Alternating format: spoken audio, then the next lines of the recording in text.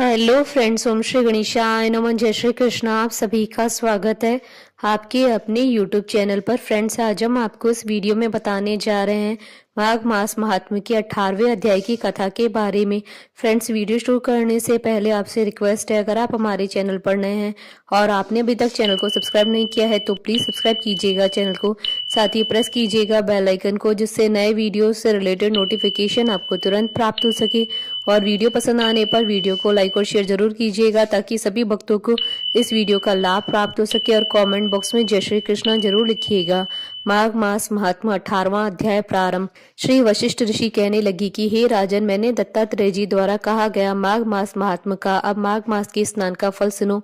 हे परंतप, माघ स्नान सब यज्ञों व्रतों का और तपों का फल देने वाला है। माघ मास में स्नान करने वाले स्वयं तो स्वर्ग जाते ही हैं, उनके माता और पिता दोनों कुलों को भी स्वर्ग प्राप्त होते हैं।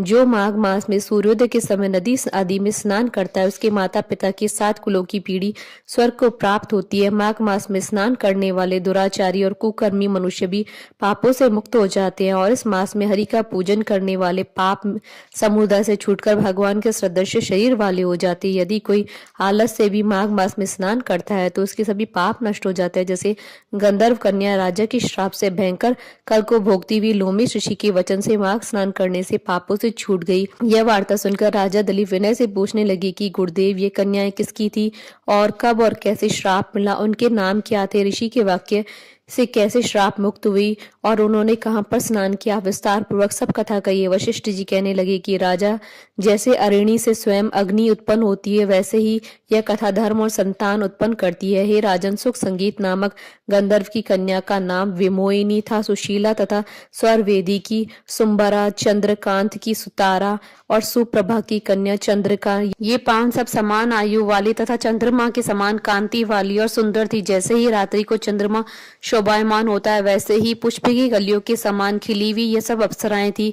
ऊंचे पयोदर वाली पद्मनी, वैशाख मास की कामनी, यौवन दिखाती हुई, नवीन पत्तों वाली लता के सदृश गोरे रंग, सोने के सदृश चमकती हुई, सोने के अलंकारों से सुशोभित, सुंदर वस्त्र धारण किए हुए, अनेक प्रकार के गाने और वीणा अथवा बांसुरी तथा दूसरे बाजे बजाने में प्रवीण और ताल स्वर तथा नृत्य कला में निपुण थी। इस प्रकार वे कन्याएं क्रीड़ा करती हुई कुबेर के स्थान में विचरती थी। एक समय कौतुकवश माघ मास में एक वन से दूसरे वन में विचरती हुई मंदिर के पुष्प तोड़कर सरोवर पर गौरी पूजा के लिए गई। स्वच्छ जल के सरोवर में स्नान करके, वस्त्र धारण कर, मौन हो, बालू मिट्टी की गौरी बनाकर, चंदन कपूर कुमकुम और सुंदर कमलों से उपचार सहित पूजन करके ये 5 कन्याएं ताल नृत्य करने लगी। फिर ऊंचे गांधार स्वर में सुंदर गीत गाने लगी। जब ये कन्याएं नाचने और गाने में लीन थी तो उस समय आचोद नामक उत्तम तीर्थ में वेद निधि नाम के मुनि के पुत्र अग्निप ऋषि स्नान को गए। वह युवा ऋषि सुंदर मुख, कमल सदृश नयन, विशाल छाती, सुंदर भुजाओं वाला दूसरे कामदेव के समान था।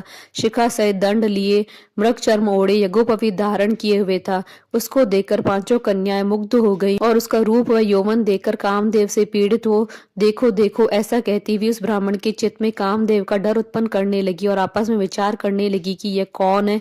रति रहित होने से कामदेव नहीं और एक होने से अश्विनी कुमार नहीं, यह कोई गंधर्व या किन्नर या काम रूप धारण कर कोई सिद्ध या किसी ऋषि मुनि का श्रेष्ठ पुत्र या मनुष्य कोई भी हो, ब्रह्मा जी ने इसको हमारे लिए बनाया है। जैसे पूर्व कर्म के प्रभाव से संपत्ति प्राप्त होती है, वैसे ही गौरी जी ने हम कुमारियों के लिए श्रेष्ठ वर दिया है। और सब आपस में यह तुम्हारा वर अथवा मेरा अथवा सबका ऐसे कहने लगी। जिस समय उस ऋषि पुत्र ने अपनी मध्याह्न की क्रिया करके ऐसे वचन सुने तो वह सोचने लगा कि यह तो बहुत बड़ी समस्या उत्पन्न हो गई है।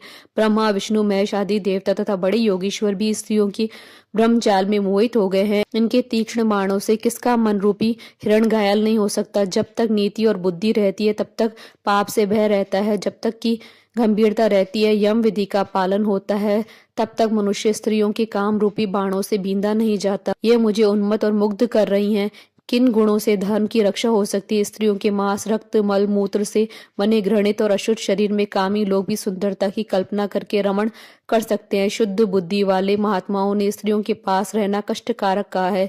सो जब तक ये पास आए घर चले जाना चाहिए। अतः जब तक वह उनके पास आई, वह योग बल के द्वारा अंतर्ध्यान हो गया। ऋषि पुत्र के ऐसे अद्भुत कर्म देखकर वह चकित होकर डरी हुई चारों ओर देखने लगी और आपस में कहने लगी कि यह क्या इंद्रजाल था जो देखते देखते विलीन हो गया।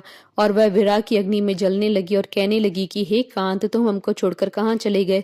क्या तुमको ब्रह्मा ने हमको विरह रूपी अग्नि में जलाने के लिए बनाया था? क्या तुम्हारा चित्त दया रहित है जो हमारा चित्त दुखा कर चले गए? क्या तुमको हमारा विश्वास नहीं? क्या तुम कोई मायावी हो? बिना किसी अपराध के हम लोगों पर क्यों क्रोध करते हो? तुम्हारे बिना हम नहीं जिएंगी। जहाँ पर आप गए हो हमें शीघ्र ले चलो, हमारा संताप हरो और हमें दर्शन दो। सज्जन लोग किसी का नाश नहीं देखते। इति श्री माघ मास महात्मा 18वां अध्याय संपूर्ण। बोलिए भगवान श्री हरि विष्णु जी की जय, सनातन धर्म की जय। हमारे साथ इस वीडियो में अंत तक बने रहने के लिए आपका धन्यवाद। ओम श्री गणेशाय नमः। जय श्री कृष्ण।